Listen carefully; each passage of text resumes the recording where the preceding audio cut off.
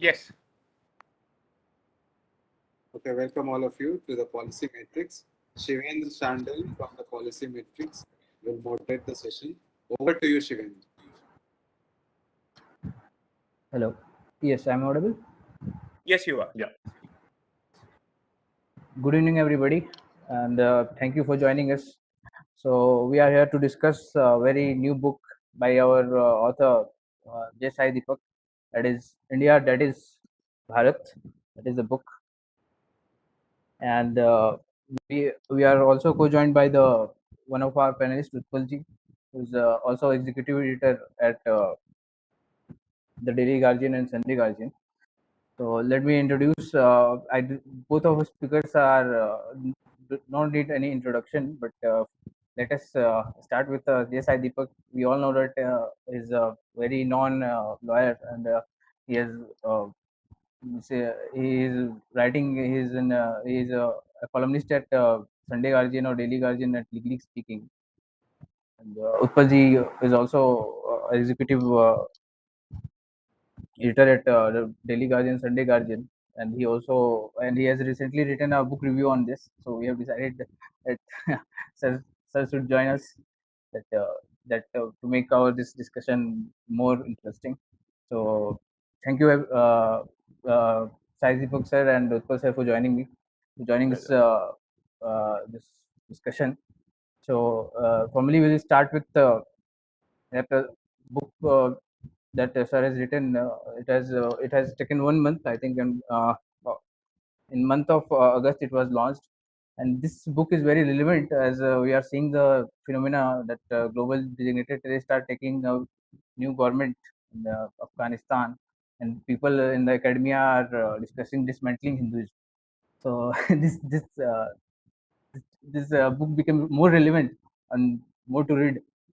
This and Utpalji has written a very good article that attacking Hinduism in the name of Hindutva. So that is very also thought provoking. So, sir, let us start with Sai Deepak sir. We would like to know how you gone through that. Why you decided that okay, I should compile a book, because all we know is your thoughts in form of articles, and your all YouTube videos is available in the every discussion. So, what compelled you to write this book, and what is in the? It's like you have written. This is the first part of your trilogy book that deals with coloniality, civilization, and constitution. Right. So I would like to just give us a brief like that about this brief thing that why you have written this book and all the details. Over to you, So, sir.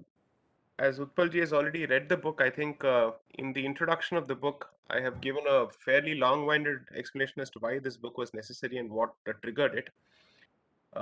One is, of course, the idea was not to showcase my personal journey, but because I believe that there are certain aspects of my personal journey which are common to a lot of people who've been through the same questions. And the idea was to make it very, very relatable, that regardless of the professional spheres we may be in, whether it's journalism or the legal fraternity or whatnot, these questions seem to be coming back to us in one way or the other. So the idea was to try and provide a conceptual framework which could explain our common condition as, let's say, the descendants of a colonized society, and whether that has any continuing bearing on our ability to function as normal people and as a normal society, and whether we look at ourselves through our own lenses or through the lens of the, let's say, the colonizer who is no more with us. So these are questions that I've wanted to address at least since 2018, especially since I had the opportunity to present arguments in a certain important matter. So the idea was to understand whether this is a problem at the level of the state or the problem at the level of the society itself. Because if it was only a problem at the level of a state, then I think it's easier to address. But if the society itself suffers from that condition, then it's a deeper issue.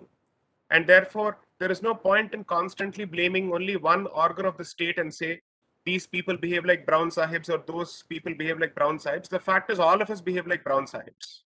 Okay. And we may or may not agree with it. And maybe there is a difference in the degree to which we behave that way. So the idea was to understand that problem, and to be very honest, the bulk of the book, at the very least, let's say those portions that relate to coloniality, which is the first section of the book, is not original. The literature already exists. The only thing that I have done is to present that literature to, let's say, people beyond the academic audience, and to connect it with civilization and the constitution specifically. So if someone were to ask me, what is your original contribution in this book? I would say my original contribution in this book is to bring all three subjects in one book, and establish a connection between all three aspects, which is coloniality, civilization, and the constitution, and try and bring my own training as a lawyer to bear on this particular subject, where I apply the twin lenses of both coloniality and civilization on a very specific object of examination, which is the constitution. So there are multiple triggers, but I believe that there were enough triggers in the last 2.5 to 3 years, ever since we had the CA debate, or the Ram Janmabhoomi judgment, or the reactions to Article 370, and on illegal migration. Whenever we touch upon that particular subject, we are being told that India is behaving like a xenophobic country when we are asking for deportation of illegal migrants, or when we resist the creation of certain religion-specific enclaves within the country in places like Assam, Kerala, West Bengal, and other places, or Kashmir for that matter. So uh, these are the triggers that effectively pushed me. I, of course, as Utpalji is aware, I started writing a column called the Indic Views in the Daily Guardian, which was a Friday column. And I used that particular column as a testing ground to understand whether I'm in a position to explain my views on these subjects in a fairly lucid fashion. And second, also to test how the audience was reacting. Fortunately for me, I got a fair degree of positive response from people with different and diverse ideological positions. It wasn't as if I was getting responses only from people of one end of the ideological spectrum. Across the board, people said perhaps there is a need for a revisitation of our, let's say, long held positions. So that told me that there is, let's say, a unanimous need, if not unanimous, I'd call it a bipartisan need for a fresh approach to issues of civilization and constitution. And fortunately, I was pushed in the right direction by quite a few people who are better informed and better qualified than me to read up the literature on coloniality. Once I started reading it up and understood it, I realized that this was the framework which I felt was the most relevant to our circumstances as a society which has suffered two successive waves of colonization. So this is what ultimately led to the book. And if I may say so, perhaps if I'd made this statement 1.5 to 2 months ago, maybe that would have reeked and smacked of arrogance. Uh, Now I can confidently say that my confidence that this kind of a book is much needed and there is a hunger for that book stands validated by the response to the book. Simply because this is not a book that is now being read only by people who are either over the hill or who are middle aged, but youngsters are taking it up very, very seriously. In fact, across the book signing events, I've seen uh, children, or let's say young adults or adolescents over the age of 15, dragging their parents to buy the book. And that tells me that they are trying to understand, and clearly there is perhaps a raw nerve that this book has hit. And as opposed to saying that this is, let's say, this is to my credit, I would say the subject has that kind of a hunger. And anybody else had they written this particular book, perhaps touching the very same subjects, I suspect it would have had at least a similar reaction, if not an identical reaction. So this is more to do with the subject as opposed to the messenger. It's more to do about the message than the messenger. That's my takeaway from this, because a lot of people are coming back and telling me, "उन्होंने आपने अच्छा लिखा है." That's not the point. We relate to a lot of things that you say because we have experienced this in campus, and we continue to relate to we experience this on campus. And from the most unexpected of campuses, I'm getting responses like TISS, Ashoka, JNU, a lot of these places, which I think are the important campuses where the book must reach and where students must read it. So I would say I'm fairly happy with the fact that the first part has received this, because that means the audience is going to be ready for the actual work, which is the second book. Because this is more or less an introductory work, it's a prefatory work. I've said this before in lighter vein that this is like Bahubali 1 where I'm introducing the characters. The story will come out in Bahubali 2 in the second book. So let's see what happens. Unlike actually Bahubali, this is a trilogy and not just a sequel. So let's see what happens. Thank you, sir. Actually, you are very humble to admit that you have taken various authors' book. But first time I have read in your book authors like Bal Gangadhar and Dr. Jacob Ruer Kunju. I've never heard in my whole life. And the second thing which you said that okay, people are like mainly youngsters are liking this book. I think the best reason for that is you have touched out core of Western coloniality. We can say that you have dealt with an acronym OET, that is ontology, epistemology, and theology. And just like you have explained in your like in in constitutional part, you have dealt with acts.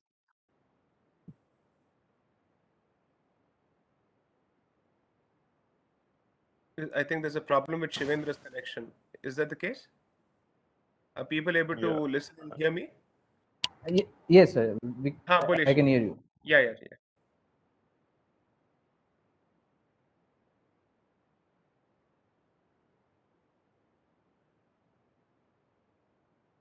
So this is the only book which has touched the core issues like OETs of Western coloniality, and Right. you have touched issues in form of like acts. For example, you're telling that okay, youngsters are reading more or very much hunger. Right. I think the reason is so you have touched the book like we have in youngster or in our school times. You just uh, reminded that okay, this is the Act 1919 Act, simple. But in this book, you have explained very lucidly about the that Christianity angle, that how things work. So I think that is the hunger that you talked about, the hunger word. So now I would like to invite Utpal sir, our I think panelist. Shivendra. Yes, sir. Yeah, hi. Yeah, Shivendra. I think for me, I think the biggest reason why the book is a bestseller is that Indians are really, and to use a Napoleon phrase, are becoming alive to their history. They have a hunger. They want to know what their history is, and their history has been distorted or even completely, told in a very terrible way, where India is shown as a platform Your where video is every off, I people think. came. Hello. Your video is off. Oh, I'm so sorry. So sorry. Yeah. Yeah. So the point is, the book has come at a time when Indians have actually are looking back at their past. They want to know who they were or they are. So, and that's where the relevance of the book is, because when in school we used to read, all we were told that India is nothing but a platform where people from different times came. It is a barren land, unfortunately, and which is very ironical, because I don't see any other country with such a beautiful fertile territory, beautiful rivers, and still we were told that Aryans came, and then Mughals came, and other British came, and all these people came. So they all came, and there were nobody was here. So here comes a book who tells us that what have irrespective of your ideological leanings and all these things, your thinking itself has been tampered with, and that is coloniality. You may think that okay, you are thinking right, but basically your basic software has been completely tampered. So that's one for me. That's the reason why this book is such a hit. It's doing so well, and I was just seeing the numbers, and I was very surprised. It took me by surprise. I must tell Mr. Sai Deepak, I never thought that book would be such a hit, but I'm glad it is. People want to read this stuff. For me, I'll just put few points, if Sai Deepak ji allows me. For me, the relevance of the book is, that for the first time there is a book which tells us that India and Indians, they have not just been pulverized or exploited just physically through political or economic ways, but also through cultural, civilizational, as well as intellectual means. Our software, as I just said something, our software itself got tampered with, and in that way, I won't be wrong to say that Macaulay has been more than successful when he wanted in 1835. He said that we want to create a class of Indians in blood and color, but English in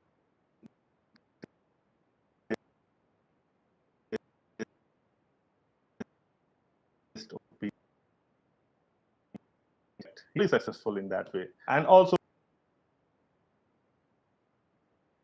the kind of the policies our government.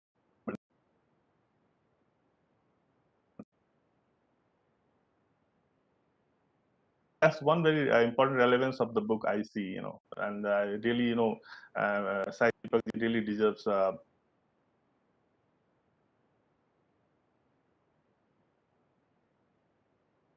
applaud for that.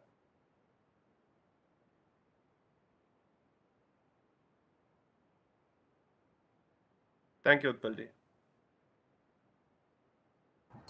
Thank you for your input, sir. The best part of the book is that Sai Deepak sir has that chronology. He has he has told stories in form of chronology, like Enlightenment age, age of discovery, and how things went from like after like Britishers come and Dutch, French exploit our land, and that's very good. It's like chronology is very best because when you read the chapters, you relate it. And since sir has told us about the campus thing, so there are in sociology or social sciences we are taught that okay, read John Locke and Kant. So this book has also covered them also. Their that what can we say that their bad side also. This book also relates to someone who is a student of social sciences. So it's a wonderful piece. So we would like to some of our viewers have asked some questions. So we will start with the question. If you allow me, Deepak sir. Please proceed. Yeah. Yeah. Yes. Actually, I will request everybody to everyone can pose questions. We have also received a question online, so I will go through it. Yeah.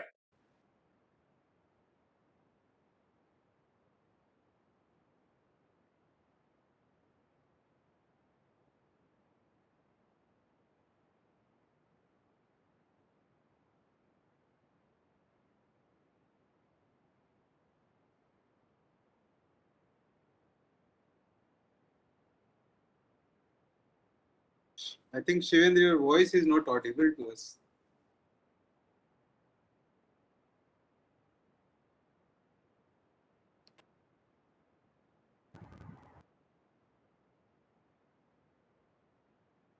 Am I audible, sir?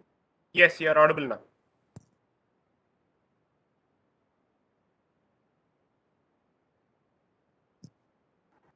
One of the question.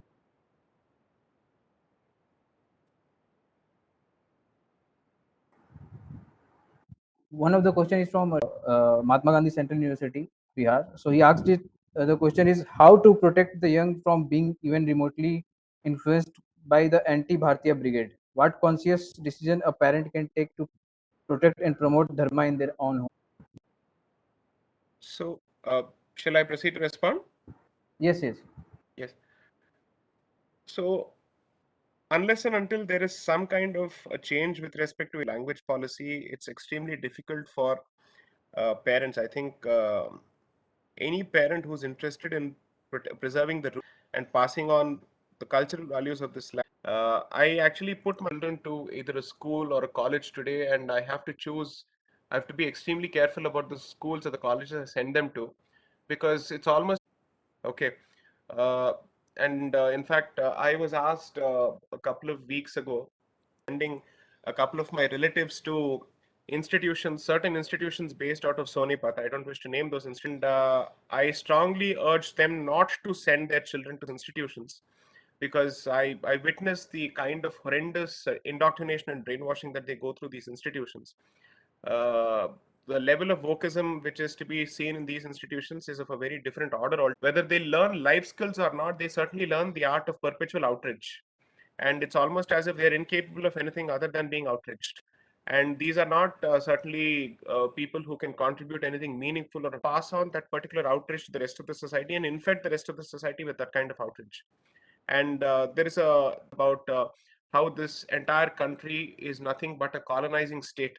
Imagine the victims of colonization being accused of colonization and calling this country an artificial product of forced colonization by a certain caste or a certain sect of people.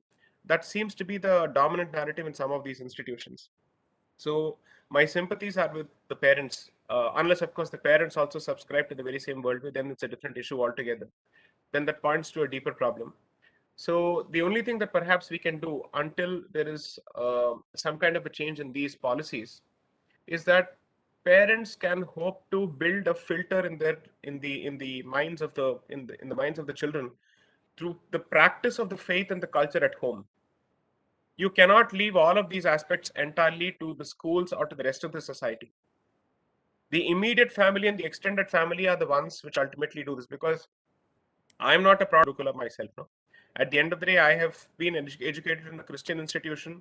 I have been educated in English education. I'm a product of the very same education system that everybody else is.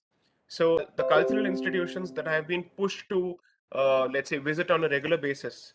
Maybe I did so grudgingly initially, but as time went by, perhaps I realized the value.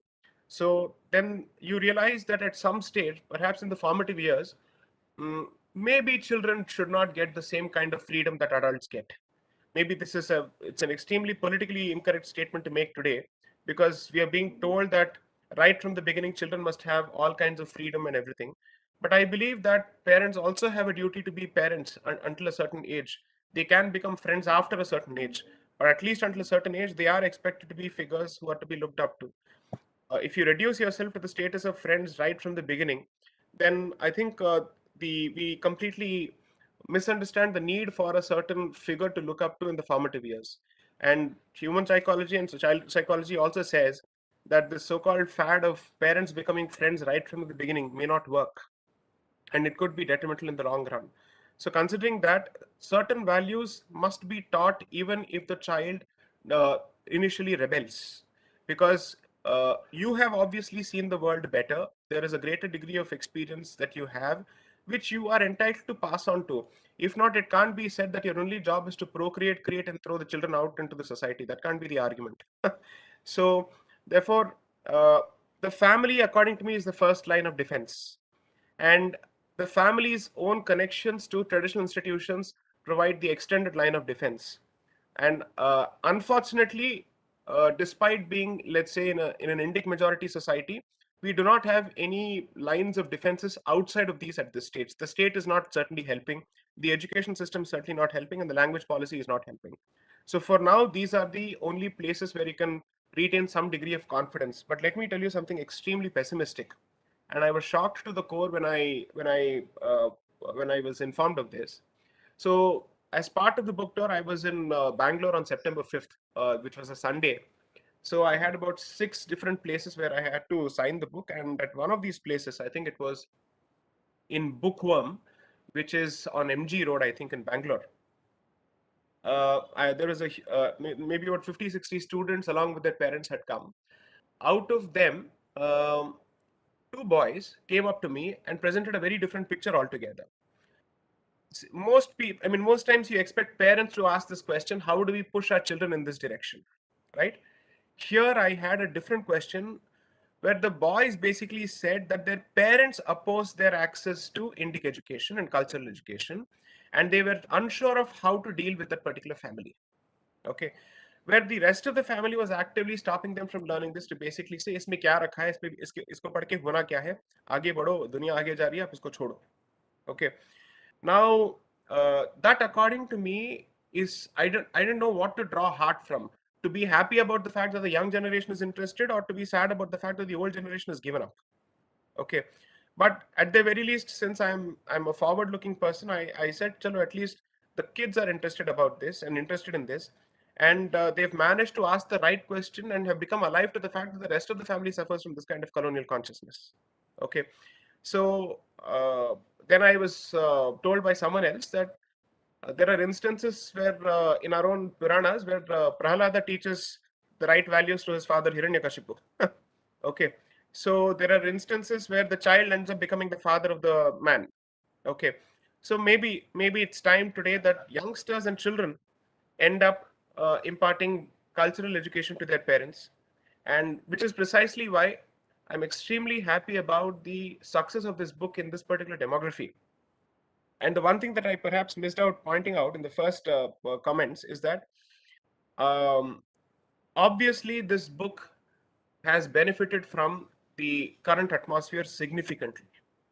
Okay, especially because of the Talibanization of Afghanistan. Okay, and several let's say geopolitical issues. The Bharatiya identity has again become such an important issue that the book has ended up benefiting from these global developments. Okay, so the timing of the book is something that I can't take credit for because obviously I am not engineering these global events. But I can only say that to put it in Hindi is पुस्तक की नियति यही रही होगी that it has effectively been launched into the heart of the public debate at a time when these events have acquired center stage.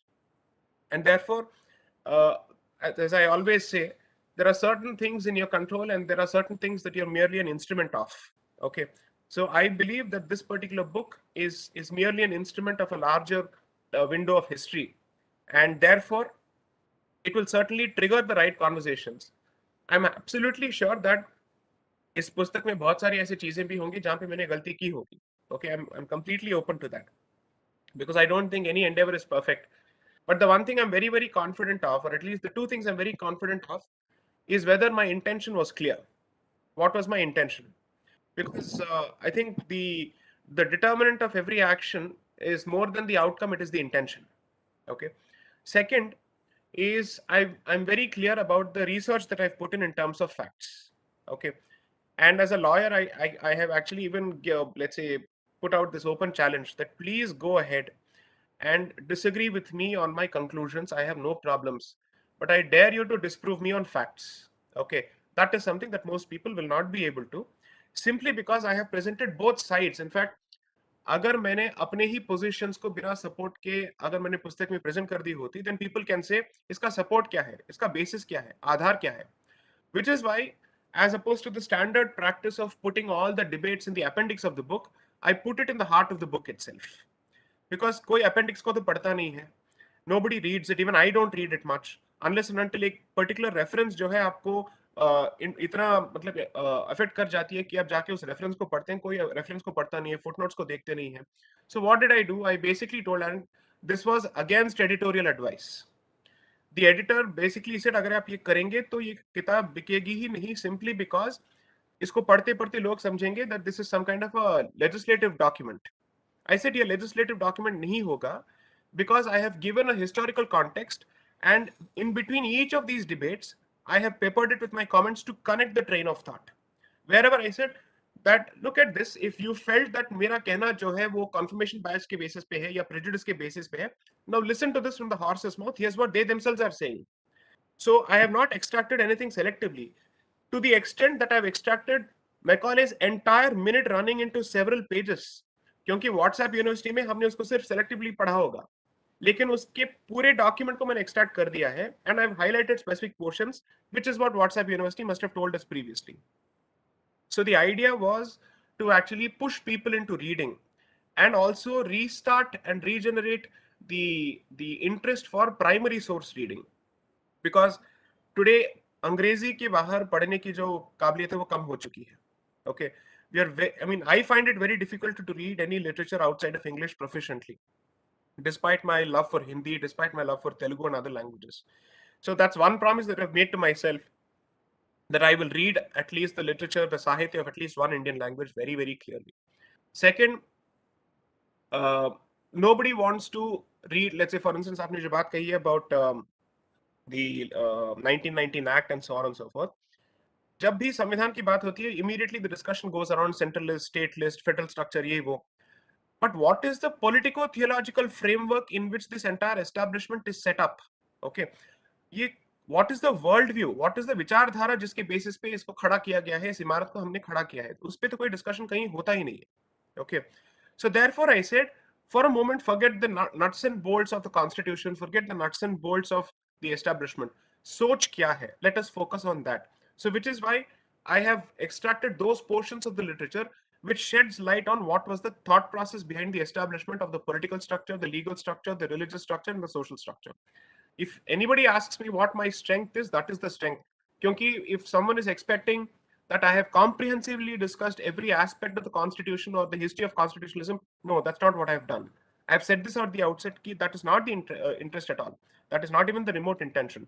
The intention is to ask, आज की जो संविधान की जो परिभाषा है या फिर इसको देखने का जो नजरिया है, इसका स्रोत क्या है एंड इसके पीछे की सोच क्या है, whether these people saw us as civilized people or whether they saw us as backward, heathen, savage, idol worshipping, inferior races. That is something that I had specifically highlighted.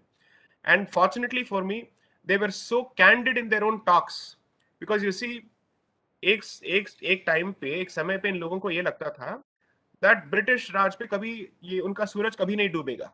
Okay, that the sun shall never set on the British Empire was the thought process. So when you operate from that degree of arrogance, then आप खुल के बात करेंगे कि आपके मन में जो विचार है वो उसके बारे में आप खुल के बात करेंगे, बिकॉज आपको लगता है कि हमारा तो कभी डूबेगा ही नहीं, एंड देयरफॉर हम जो भी करेंगे, जो भी कहेंगे, इसको पूछने वाला कोई नहीं होगा. So the confidence with which the British man talks about the Hindu religion, talks about the Hindu society, talks about our institutions in the British Parliament, according to me, they have done fantastic service for the future. For us to be able to say, this is what they said. Why are we secularizing this history? अगर हम सच को दिखाते हैं तो इसको communalise क्यों कहा जा रहा है, जबकि आप जो कर रहे हैं आप सेकुलराइज कर रहे हैं कम्युनल हिस्ट्री को. ओके, सो हिस्ट्री को पूरी तरह से और उसको अपने आप में समझने की जो ताकत है, it's important. Don't behave like a coward the moment facts are presented is one of the thing I am basically saying. Don't run away from history.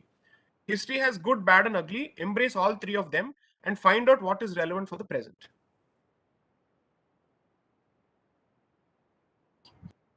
Yeah. Thank you, sir.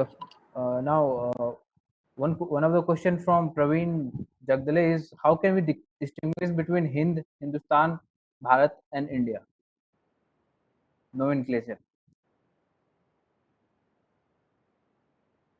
Now, this is a subjective question, but इसके थोड़े मापदंड हैं. One, अगर आपको इस देश के बारे में जब भी आपकी बात निकलती है, and you're only let's say talking about सती प्रथा, जाति प्रथा, or let's say dowry, and these are the only go-to references that you have about this country's history, then clearly, according to me, the frame of reference is India. But if you understand that as at the very least a 7,000-year-old society, we have all sorts of repositories of human experience, simply because this is one of the oldest civilizations. Every mistake that a human civilization could have made, we have made. And everything good that can happen has also happened, simply because this is the nature of human evolution. If you happen to be among the oldest societies in human history, it is impossible to assume that everything about you is good or everything about you is bad. Okay? इतने लंबे history में आपने बहुत सारे mistakes भी किए होंगे, लेकिन आपने बहुत सारी अच्छी चीजें भी की होंगी. Otherwise why would all these people want to come to this land, to plunder this land? हमें बचाने तो कोई नहीं आया था यहाँ पे, लूटने के लिए तो आए थे. Okay, so obviously there is something that has attracted all these people to come to this land. And second, whenever we discuss, let's say, our history, the question is, then why are we so scientifically backward? They came and they burnt your libraries, they stole your knowledge, they funded their industrial revolution using your own knowledge, using your resources, and you still think you were a backward society scientifically, then whatever you think is actually proof of the thesis of my book, that is, you are infected by colonial consciousness, right? So one of the things that I've tried to present in the book is how after colonization, colonized countries were called third world and backward world, whereas the colonizers ended up being called donor countries and first world. So it's as bad as the thief returning stolen goods to the actual owner, and actually calling the owner of these, let's say the original goods, the beggar. Okay, चुराए हुए धन को अगर आप वापस दान में देते हैं, तो आप तो, I mean, you are not the, let's say, the Danavir, and I am certainly not the Bhikari who is actually asking for this. I am actually saying this is my own property that you're giving me back. Okay, so these are certain aspects where I've cited their own literature. The important part is, अगर मैं सिर्फ भारत के scholarship को यहाँ पे refer करता, then I'd have been told नहीं नहीं, ये स्कॉलरशिप जो है राइट विंग है, ये है वो है. So I said इससे बेहतर ये है कि मैं बाहर के स्कॉलरशिप को प्रेजेंट करूं, बिकॉज आपको कैसे भी उनके रंग से भी लगाव है और उनके विचार से भी लगाव है, तो चलिए मैं उन्हीं का ये हिस्ट्री और रिसर्च जो है मैं निकाल के यहाँ पे रख देता हूँ. So basically said, this is exactly what they themselves said. Now please tell me, how can you disagree when the descendants of the perpetrators and the perpetrators themselves are saying the very same thing that we have been saying for generations here. So I believe that if all you can associate Bharat with is defeatism and negativity, then clearly you don't think as a Bharatiya. I'm sorry to say, you're thinking like a contemporary Indian. But if you believe that as a society we have gone through our highs and lows, and we must be able to look at both with a certain degree of objectivity, then perhaps you're adopting a Bharatiya approach to Bharatiya society. That would be the distinction according to me. We are getting a very lot of questions, Yeah. so so it will be unable. I will unable to take all of them. So I'm taking specifically so that most of the answers, most of the answers can be cleared. So Right. one of the questions from Venki is,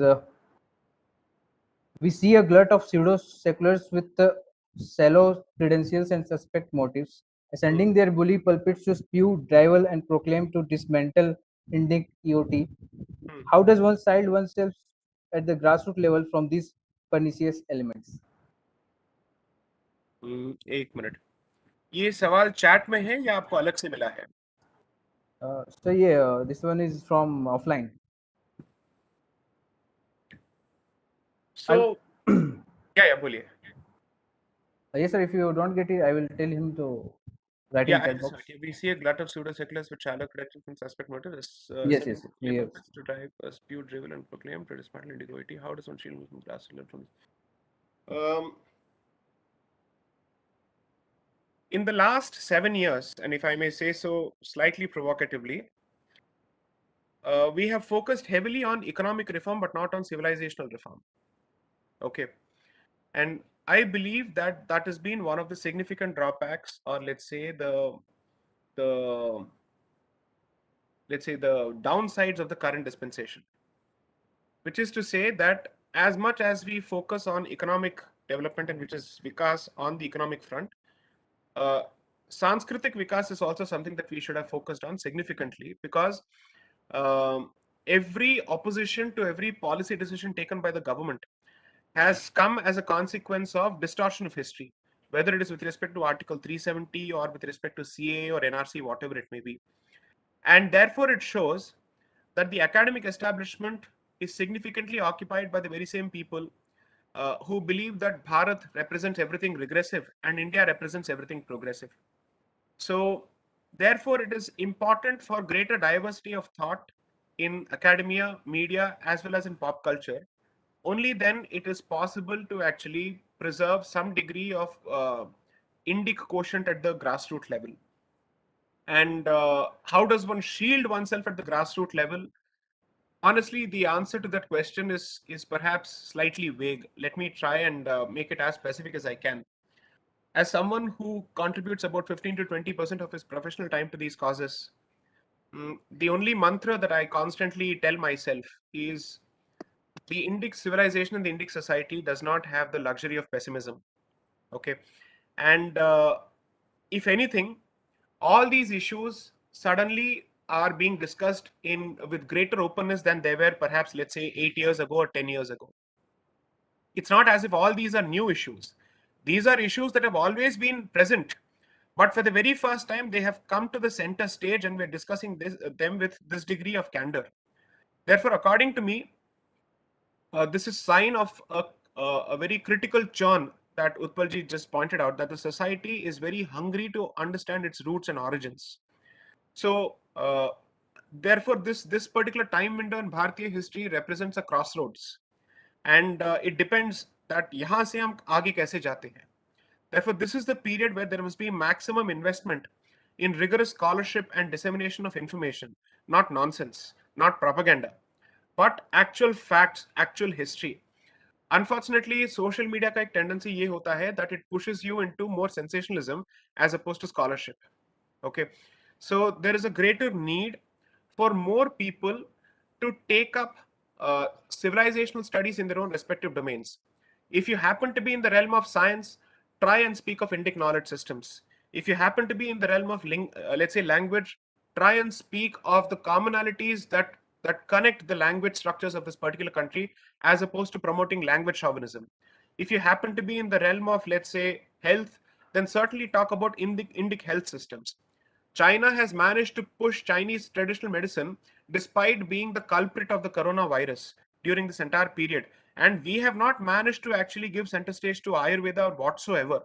The worst part is the kind of treatment that Ayurveda gets on social media, it's almost as if they treat it at par with quackery. That's the funny part. Countries like Israel and United States are showing such serious interest in Ayurveda, and here we have educated Indians bullying Ayurvedic practitioners and the Vaidyas, so to speak, on social media. I've seen how they speak. So the funny part is we assume that the question of Indicness is limited only to history and culture. No, it equally applies to science. It especially applies to knowledge structures, primarily because the colonizer was a thief of the first order who's now busy telling us to respect the rules of intellectual property. The first intellectual property thief and a mass scale thief, according to me, is the European colonizer, who has stolen knowledge and information from every culture that he has plundered and looted. So therefore, it's very, very important for us to talk of these aspects, and in our own areas, we must try and bring out these aspects, because I can't pass off as an expert on everything under the sun. I will limit myself to legal issues and talk of, let's say, Bharat's ideas with respect to state. What are Bharat's ideas with respect to gender rights? How did we treat different communities? What is our identity? Let's say, what is the relationship of the Bharatiya state with its religious institutions? These are questions that I can comment on. But anything beyond that, you need subject matter experts. So we need more and more people who actually focus on this. A few years ago, I had the benefit of attending a lecture of Sri Michel Danino, who used to be a member of the ICHR, the Indian Council for Historical Research. I came back literally with tears in my eyes after that particular session, because he's saying the government certainly has the resources to allocate for, let's say, culture and all of that. But where are the people interested in learning epigraphy? Where are the people who are interested in learning archaeology? Where are the people who are interested in equipping themselves with serious expertise in the subjects? Okay, because whenever we still don't have enough people who can decode the Harappan script. Okay, so with all this in place, समझ लीजिए, I'll give you a very good example. The Print a few weeks ago published an article effectively saying that at the time of the corona, the government is wasting money and thousands of crores of rupees by investing in research with respect to the Saraswati civilization, the Saraswati River. Okay. No other country would have actually said this. No other civilization would have said this. Because if आपको यही कहना है, then corona के time पे आप ministry of culture को पूरी तरह से बंद ही कर दीजिए ना. Then what is the point? Okay. If this is your argument, then let us shut it out completely.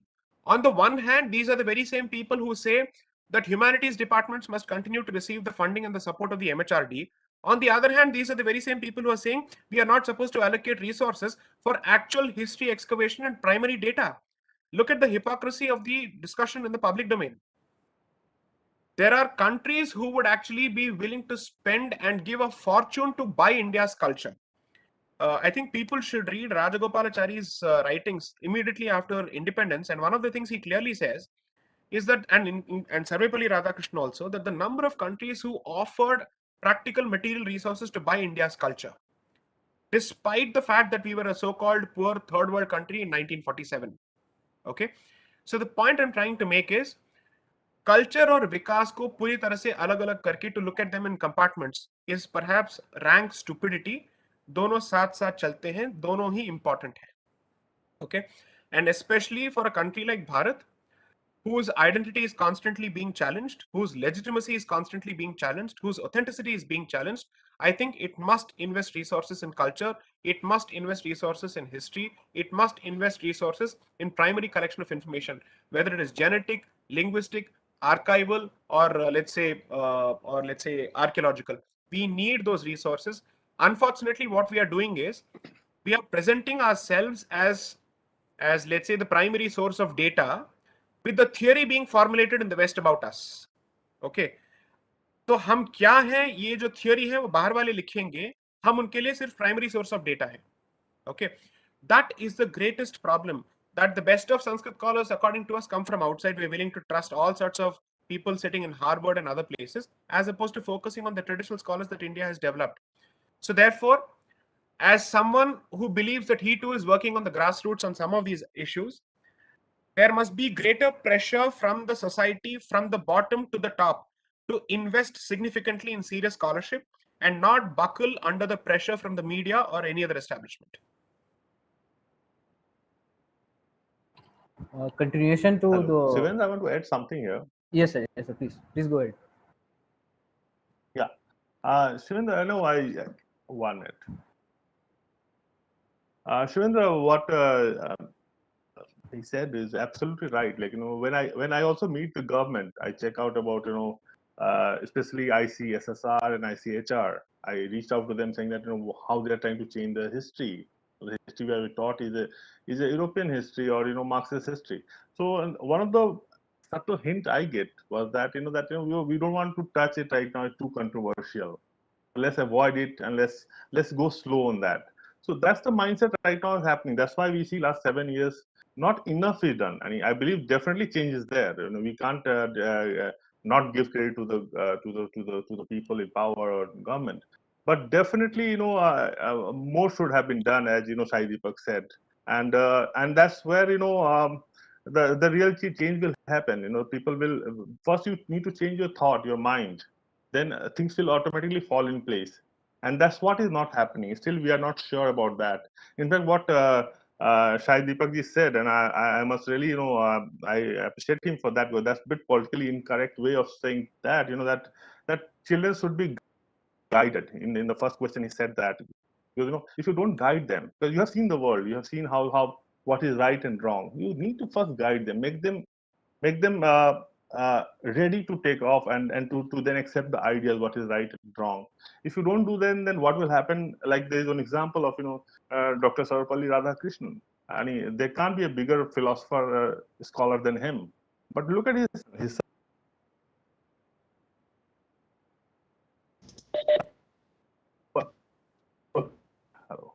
hello. Yeah, again, a scholar par excellence, but he became the scholar, of Marxist scholar, who wrote a biography on Nehru and all these things. So my point is very little point is that first you need to guide people, and not just your kid. Right now I think the government is also going slow, maybe precisely because they just want to go slow and see how first making the groundwork, because it's a huge lopsided battle. Ideologically, we don't know what is right, and so that's a bit of problem, and that's where I think the real challenge is. We need to be first and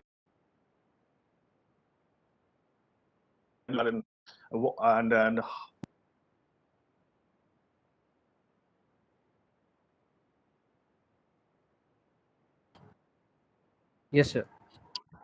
yeah. That's. I will just add a thing. Actually, I was doing a session with the Meenakshi Jain ma'am. So she narrated how she didn't get fund from the government. So her work needed her funding. For funding, she has to go pillar to the post, and look what she has produced. Her work is added very in history. Her work is very much relevant and very historic. Yeah, his work on So Sati is phenomenal. Yeah, yes, absolutely. yes, yes. Sai sir, I will just continue the question which you earlier answered. Someone called Prabhat, he has just posed a question that don't have enough info to provide for decolonization of mind, or say prevent colonization of mind from young age. What's the way forward? It's just what we have discussed, but what is the way forward?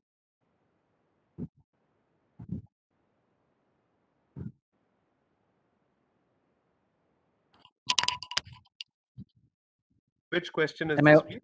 It's from Abhishek Ranjan. Actually, it was asked by Prabhat. Yeah, It what is the is just question? Come again, please.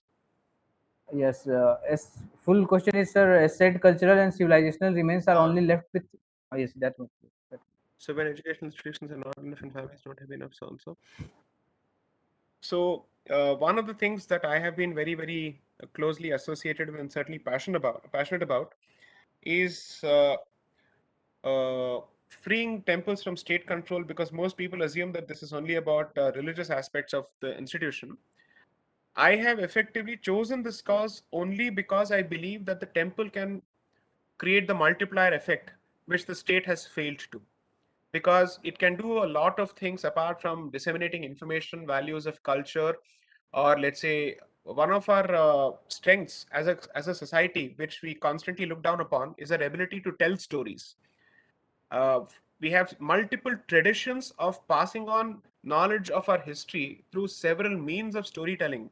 Whether you think of this as the abhang, or let's say the harikatha, whether it's the singing tradition, or let's say the performance tradition, each of these traditions is meant to pass on information and pass on knowledge to the next generation. That's what we fail to realize.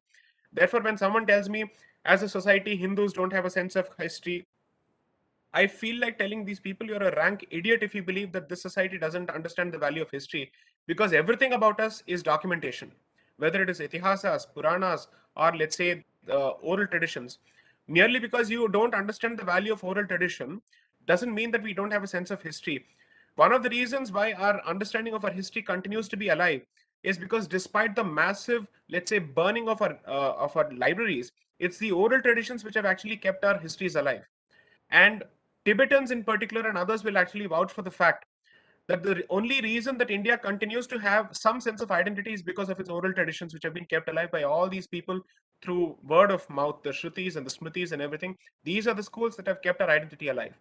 So, therefore, rejuvenating civilizational centers, not just religious centers, civilizational centers such as temples, and giving them the resources, or at least allowing them to use their existing resources, which are massive according to me, to do all of these activities would go a long way, even until let's say there is a change in education policy or language policy. Why do I say this?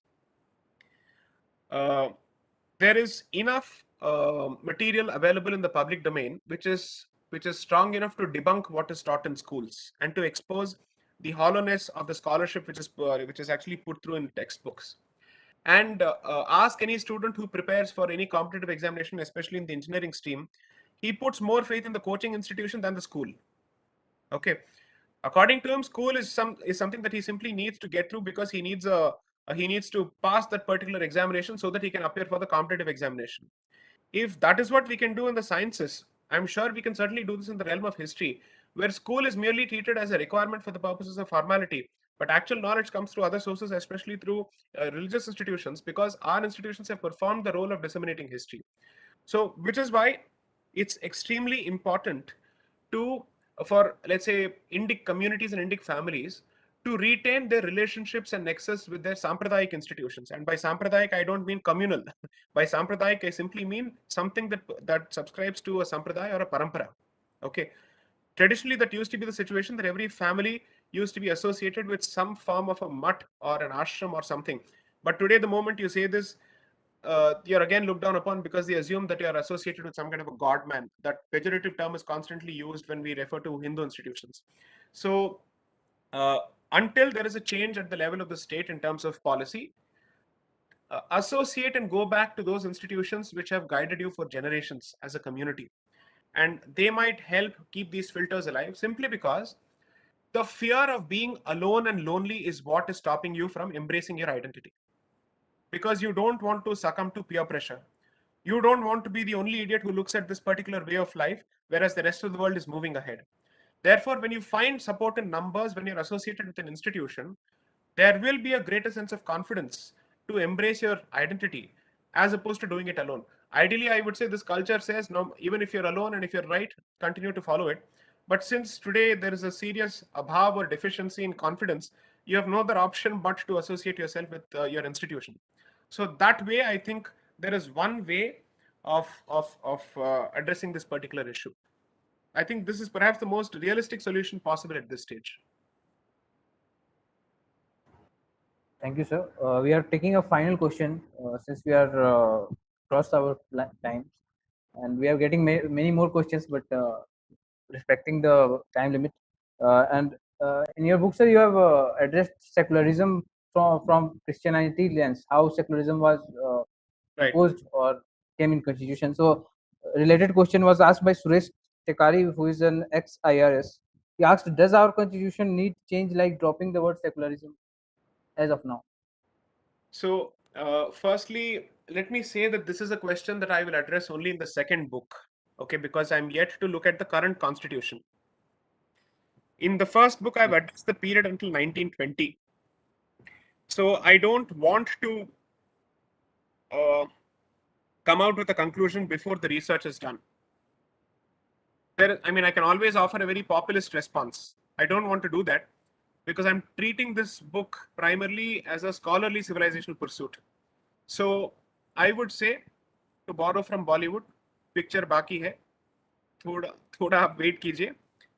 Once it comes out, I'm sure you'll have a clearer response, and I will also be in a much better position to say what is the way forward. Of course, going by what I've said currently in the first book, I'm certainly very clear about the fact that ये pseudo secular का जो शब्द इस्तेमाल किया जाता है ये बहुत ही गलत है. आप परफेक्टली सेक्युलर रहिए, तब भी आपका ही नुकसान होगा. Okay, because secularism as a value is fundamentally antithetical to non-Christian civilizations and non-Christian communities. So जब भी ट्विटर पे या सोशल मीडिया पे लोग कहते हैं आप सेक्युलर नहीं हैं, आप सूडो सेक्युलर हैं, अरे भाई अगर वो सेक्युलर भी होते तो आपका क्या भला होता? कुछ कुछ तो अंतर पड़ने वाला नहीं है, बिकॉज तब भी आप एक क्रिश्चियन टेम्पलेट के अंदर ही काम करते. Okay, that is the point. The point is today we are divided between the left and the right and so called secular and pseudo secular, but घूम फिर के आप उसी विचारधारा में काम कर रहे हैं.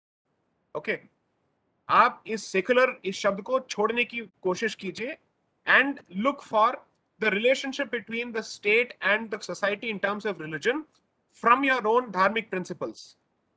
There is no discussion of what is a dharmic society. We are stuck in secularism as if this is something that our forefathers have invented. इसका हमारे सोसाइटी क्या लेना देना? There is no question that anybody asks. आपने मान लिया है कि सेक्युलरिज्म हमारे लिए अच्छा है और आप बोले जा रहे हैं कि जो उसको फॉलो नहीं कर रहा है वो सूडो सेक्युलर है. पहले ये तो सवाल कीजिए कि सेक्युलरिज्म हमारे लिए अच्छा है कि नहीं है. Ask that basic question, no? So that is what the book tries to do. That please let go of this garbage called pseudo-secularism. There is no such thing as pseudo-secularism. In any form, in whatever form secularism is practiced, आपका तो घाटा होना ही होना है. That is the nature of it, period. अब constitution इस संबंध में क्या कहते हैं वो मैं दूसरे बुक में बताऊंगा. We will wait for it, sir. I think this is the highlight of your first book. Yes, sir. So we will. I would like to invite Siddharth Ghosh to formally give a vote of thanks to our distinguished speaker, and we will finish it up. And we will expect Sai sir come up with second book very immediately, so that we can discuss. Again, we will invite him for more discussion. Siddharth. Good evening to our respected guests and audience members. I take this opportunity for delivering a vote of thanks to our respected speakers of the book discussion session.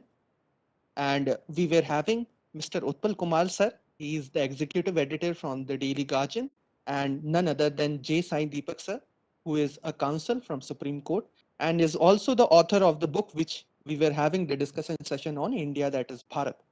Utpal sir has made great comments and enhanced the session, and I hope all the audience members have gained from his remarks. And what to say about J. Sai Deepak sir? You are not only a gifted counsel, sir, but you are also an eloquent speaker. It was a fabulous session with many thought-provoking points which you made. And I also take this opportunity to thank Mr. Shivendra Shandilya for this wonderful moderation, and Mr. Abhishek Ranjan for organizing this event as a whole. I'll also take this opportunity to thank all of the respected listeners who joined us today.